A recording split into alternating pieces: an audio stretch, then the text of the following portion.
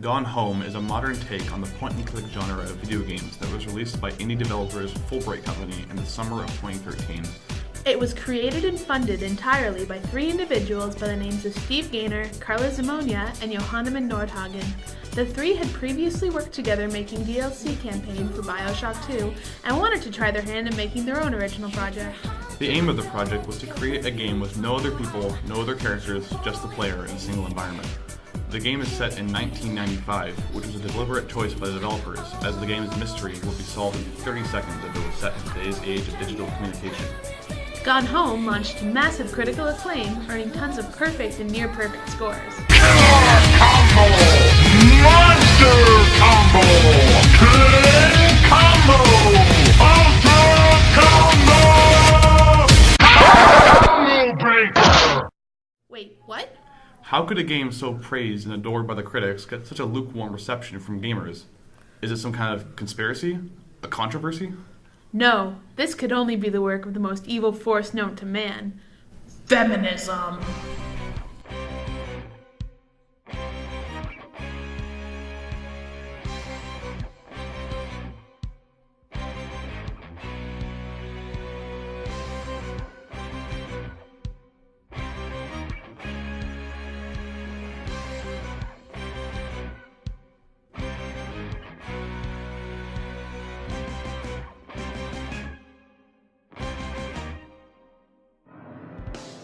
So what is it about this game that's rustled everyone's jimmy something fierce? Is Gone Home truly the notorious feminist game scam of legend? Let's play and find out.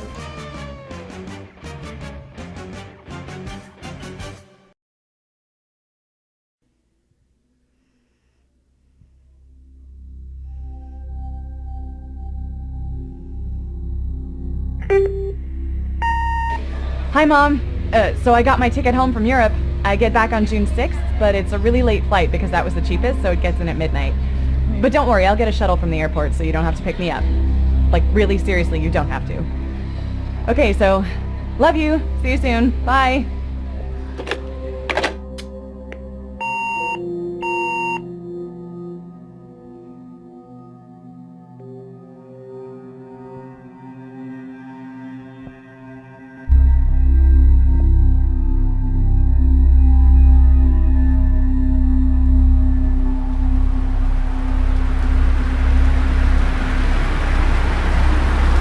So here we are in search of the notorious feminist game scam. We are playing as Caitlin Greenbrier, and we are in Portland in 1995.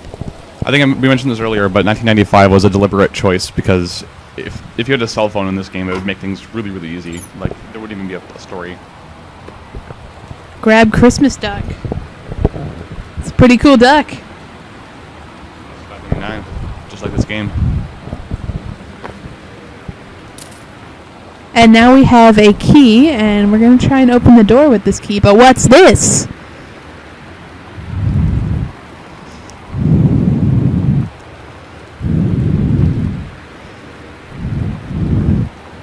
So this is a letter from Sam. Who's Sam? Let's find out. Open the door. So the first thing you'll notice when you come into the house is that this game has an amazing atmosphere. Like, ambient lighting is off the charts in this game. I think like a lot of games try to have a really kind of like spooky, mysterious atmosphere, but a lot fail. This one succeeds by merit of just its lighting alone. So let's look around the house. What's that? An invoice. There are tons of things you can interact with in this game. Like, there are dozens of documents and like little pieces you can see, and they're all so meticulously detailed. Like, there's so much effort and love put into this game. And when we exit out of this, there's going to be a journal entry, which are a very common thing in this game, so we'll just shut up for a little bit. Dear Katie, so much has changed, even just since you've been away. We moved into this house. I'm at a new school, and my big sister being gone for a year doesn't make it any easier. It doesn't feel real, but I'm not gonna let it faze me.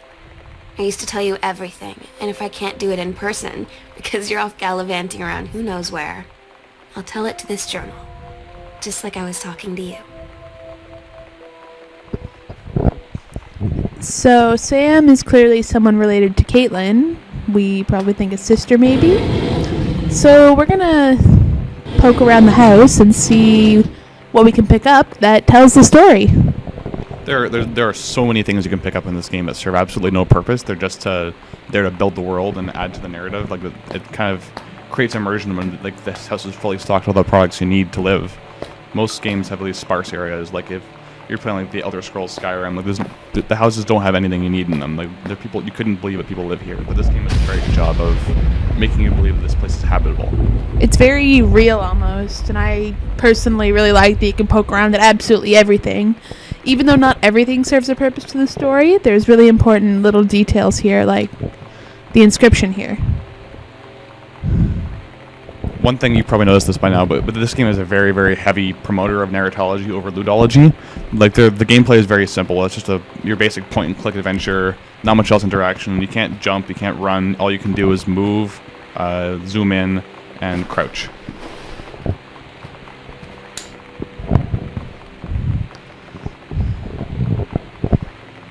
So there's a note probably from a parent, and Sam looks like she's responded.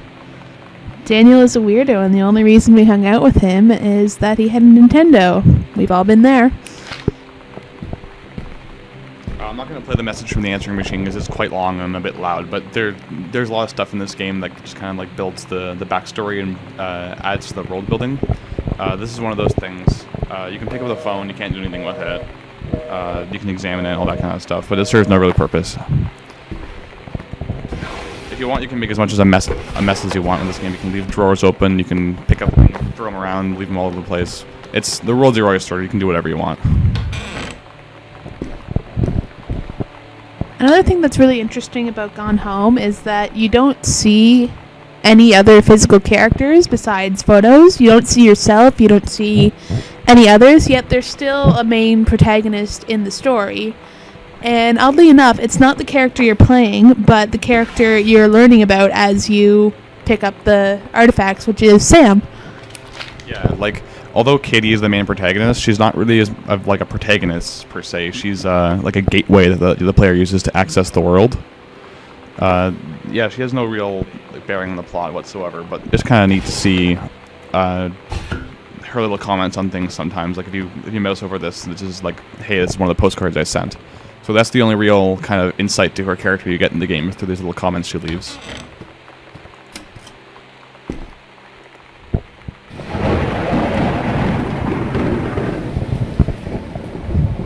I also like the sound in this game. It kind of creates a sense of suspense without being a suspense or horror game.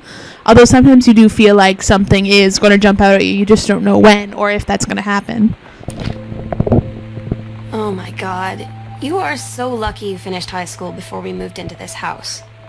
So, it's the first day of school, and there I am, introducing myself to the class. And I say that I just moved into the house on Arbor Hill. All of a sudden, every kid in the room turns and just stares like I suddenly transformed into a mutant. I just stood there, wishing pretty hard for a rewind button. Because now maybe nobody knows my name, but they all know who I am. The Psycho House Girl. Great. Northwest Weather Service. So they keep talking about the Psycho House, and I'm not sure we'll get the time to experience the story explanation for that. But the gist of it is that back before the main character's family owned this house, it belongs to someone who was like a bit of an unhinged psychopath. So that's what they call it, the Psycho House, and it's kind of created a stigma amongst the townspeople that people who live here are crazy. There's a lot of interesting subplots within this story which you don't normally see unless you're doing side quests. Like, you find out a lot about Sam, and you find out about her relationships, but you also find out really small details about her parents and their story, even though that's not the main point of the game. So I think it's really interesting, the storytelling we find out in this game, especially the details.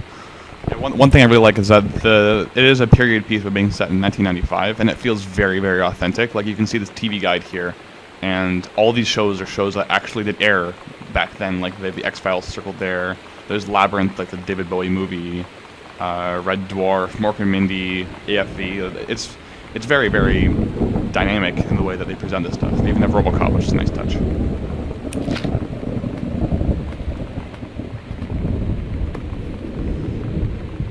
And here we have a cassette tape. What happens when we put it in the machine?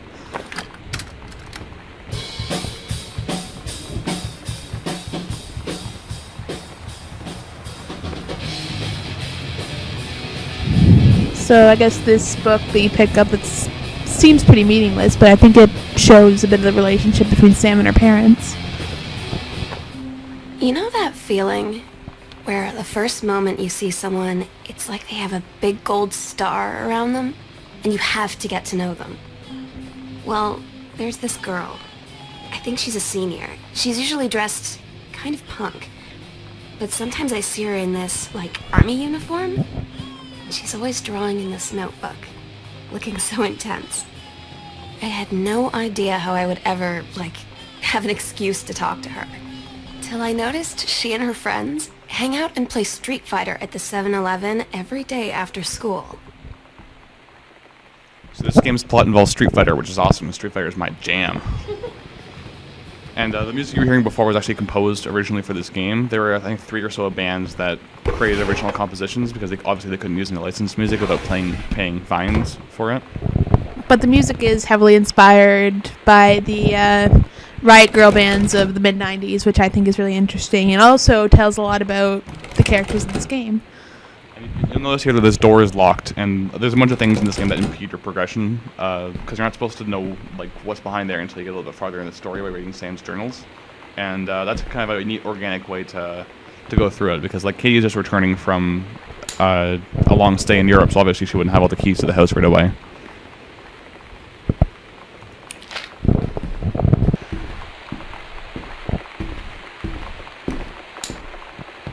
I really like the touch of keeping the lights off in most of the house. It makes the game a little bit more real, which I find you don't see in a lot of games. It also really helps with progression because it tells you where to go, because wherever you haven't been is where the lights are off. So it's a very natural, organic way of showing you where to go. And here we have the beginning of the mom's subplot, where she's a forest ranger at the closest forest where they live.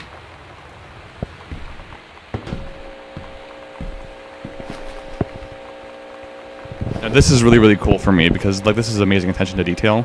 They mentioned Street Fighter earlier and how she wanted to play Street Fighter to get closer to a girl that she wanted to become friends with. And these are the actual inputs for Street Fighter 2 back when it was in the arcade. They even have a little error there that she crossed out and replaced, which is a really cool touch that adds to the immersion of the game. You feel like this is actually a note someone could have written and corrected there.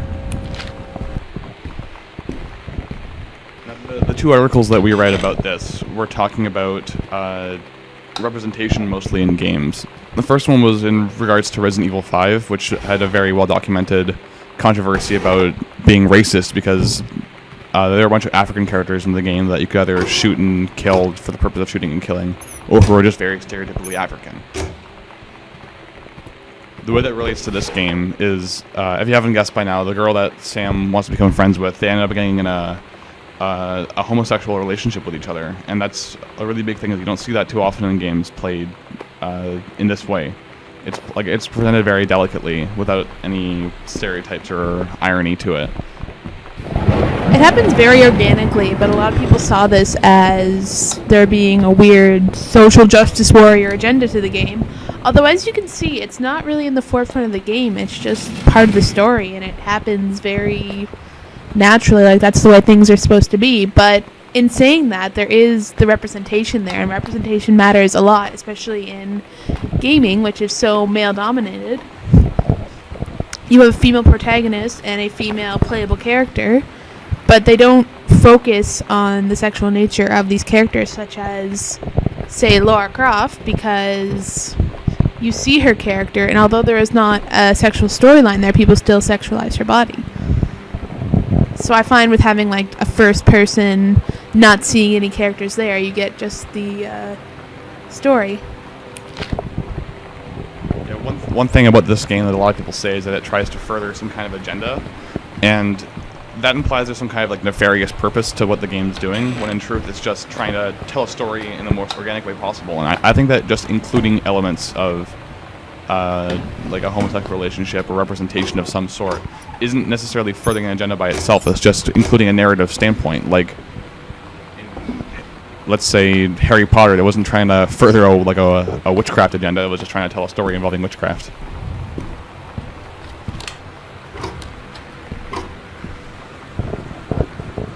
One thing that is a kind of another recurring theme in the story is that Sam's she's writing a play about a character that she made called Captain Allegra, and throughout the story you kind of see that come to fruition. Like, at first you just see rough sketchings of the first plot, and then you see like full scripts, and her writing gets better and better as it goes along, and then you find that she's making actual costumes, as you can see here.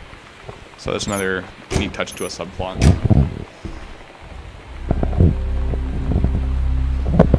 A secret passage.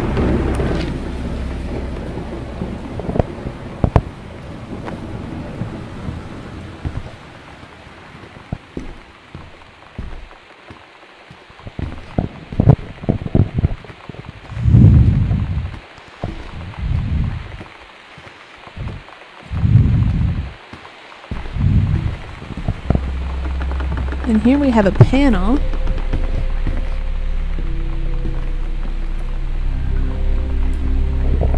This is like one of the main parts of the game, is that although the house seems kind of like restrictive at first, and you might think there's a lot of backtracking, more and more little of these like passageways unlock as you get through. So it's very natural the way you progress through the game. A lot of these passageways lead to behind locked doors you couldn't access before, so that's pretty cool. And there is a map that you can access, and you can also access a bunch of artifacts that you find in the room, like the key, all of Sam's journals, just some background stuff on Katie, which I think is kind of neat. You can replay the journals. You can replay them either in text form or in audio form if you want to see them again. Just here's an example right there. So, like, if you ever want to just boot up the game and experience the story again, that's a really good way to do it. Oh, there's one. What's that?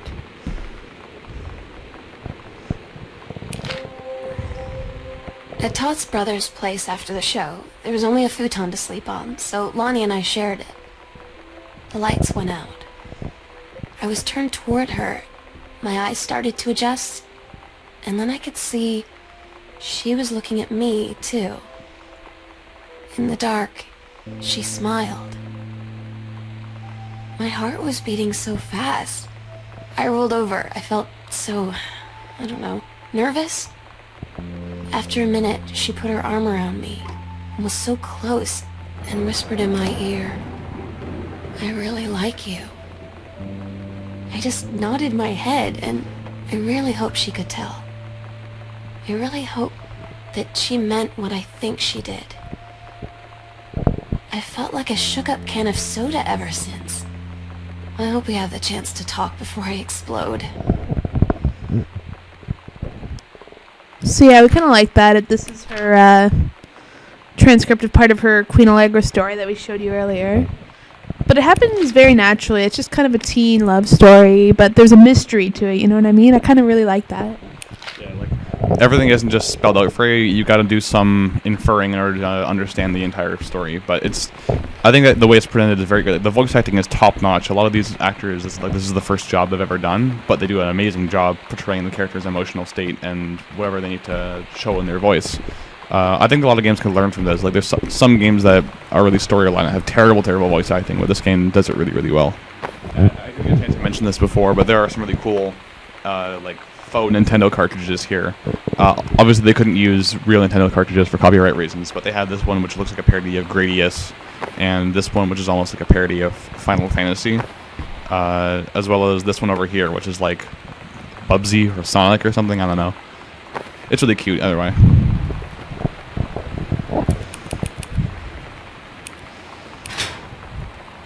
What's in here?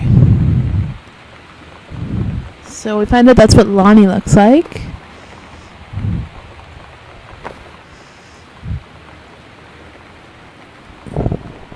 I like this part because you do get to see a bit of Katie's commentary when you pick this up. She says, "Gosh, Sam." And the security tags on clothes, so Sam's a bit of a rebel and petty thief. And we have a key. Lonnie came over today, but everything was different.